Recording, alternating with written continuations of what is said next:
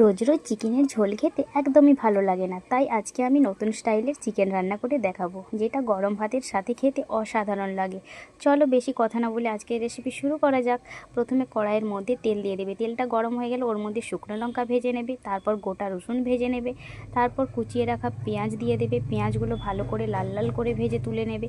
তারপর কাঁচা লঙ্কাও ভেজে নেবে। ভেজে নেওয়ার পর ওর মধ্যে থেতো করে রাখা রসুন ভেজে ওর মধ্যে ধুয়ে রাখা চিকেন দিয়ে পরিমাণ মতো লবণ, হলুদের গুঁড়ো, কাশ্মীরি লঙ্কার গুঁড়ো দিয়ে কিছুক্ষণ ভেজে নেবে।